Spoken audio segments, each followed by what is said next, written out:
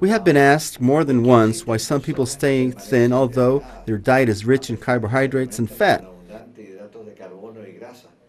which constitutes a food stress by moving away from the natural biological balance.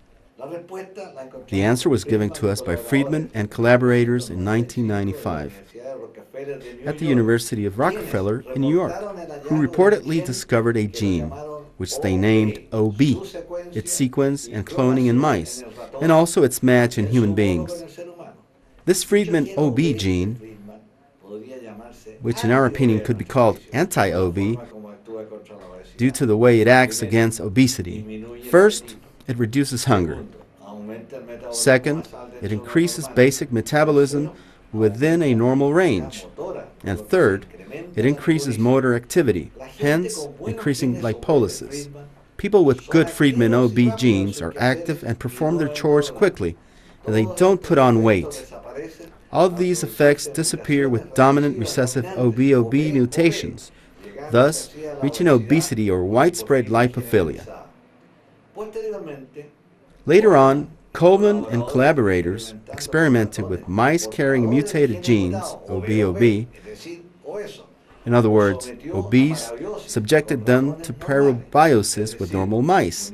This is, connected only through the circulatory system, thus returning the obese mice afterwards back to normal, and identifying hormonal peptide leptin as the factor responsible for this success, whose biosynthesis is carried out by the fatty cell, induced by the normal OB gene.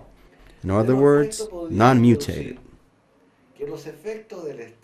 From the above, we could conclude that the impact of the food stress could depend on the existing percentage of mutated recessive genes,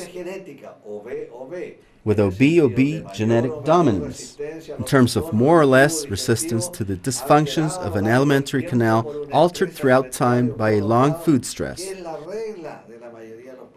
which is the rule in most Western industrialized countries, and nowadays, why not say so, in the rest of the world. Also, the existence of the mutated OB gene and its recessive OB genetic dominance supports what we already sustained in the 1984 publication of the book titled, "Doctor, but I don't eat that much to be so fat," in the sense that obesity or non-endocrine or hepatic widespread lipophilia is not just a matter of a direct relationship between an abundant food ingestion, calories, but rather several conditioning factors, among which the ecosystem, alimentary canal, added nutrients, play an important role. As you see, there are complex and multiple functions.